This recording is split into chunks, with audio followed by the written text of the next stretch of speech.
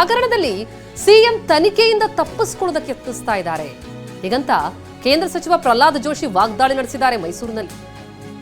ರಾಜ್ಯಪಾಲರ ಆದೇಶವನ್ನು ಪ್ರಶ್ನಿಸಿ ಹೈಕೋರ್ಟ್ಗೆ ಹೋದರು. ರಾಜ್ಯಪಾಲರ ನಡೆಯನ್ನ ಹೈಕೋರ್ಟ್ ತೆಗೆದು ಹಾಕಲಿಲ್ಲ.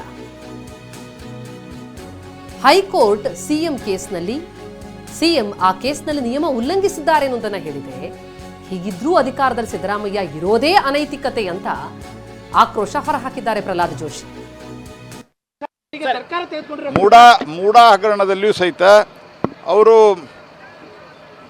ಏನಾದರೂ ಮಾಡಿ ತನಿಖೆಯಿಂದ ತಪ್ಪಿಸಿಕೊಳ್ಬೇಕಂತ ಪ್ರಯತ್ನ ಮಾಡ್ತಾ ಇದ್ದಾರೆ ಹೊರತಾಗಿ ಅದರಲ್ಲಿ ಸತ್ಯಾಸತ್ಯತೆಯನ್ನು, ಯಾಕಂದರೆ ಅವರು ಅದರಲ್ಲಿ ಹೈಕೋರ್ಟಿನ ಏನು ಸ್ಯಾಂಕ್ಷನ್ನದ ವಿರುದ್ಧವಾಗಿ, ಮಾನ್ಯ ರಾಜ್ಯಪಾಲರ ಸ್ಯಾಂಕ್ಷನ್ನ ವಿರುದ್ಧವಾಗಿ ಕೋರ್ಟ್ಗೆ ಹೋದಾಗ ಹೈಕೋರ್ಟ್ ಏನು ಟಿಪ್ಪಣಿಯನ್ನು ಮಾಡಿದೆ, ಈ ಟಿಪ್ಪಣಿಯನ್ನು ಅಂದರೆ ಈ ಕಾಮೆಂಟನ್ನು ಇನ್ನೂ ಯಾವ ಕೋರ್ಟು ತೆಗೆದುಹಾಕಿಲ್ಲ. ಅಂದರೆ it stands good against mister Siddaramaiah.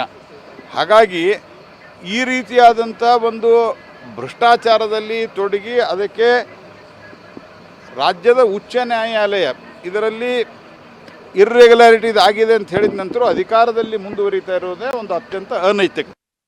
ಸರ್ಕಾರ ಇವತ್ತು ಭ್ರಷ್ಟಾಚಾರದಲ್ಲಿ ತೊಡಗಿರೋದ್ರಿಂದ ಮತ್ತು ಕುರ್ಚಿ ಜಗಳದಲ್ಲಿ ತೊಡಗಿರೋದ್ರಿಂದ ಈ ಸಮಸ್ಯೆಗಳು ಇನ್ನೂ ಜಾಸ್ತಿ ಆಗ್ತವೆ. ಸರ್ಕಾರ ಇವತ್ತು ಭ್ರಷ್ಟಾಚಾರದಲ್ಲಿ ತೊಡಗಿರೋದ್ರಿಂದ ಮತ್ತು ಕುರ್ಚಿ ಜಗಳದಲ್ಲಿ ತೊಡಗಿರೋದ್ರಿಂದ ಈ ಸಮಸ್ಯೆಗಳು ಇನ್ನೂ ಜಾಸ್ತಿ ಆಗ್ತವೆ.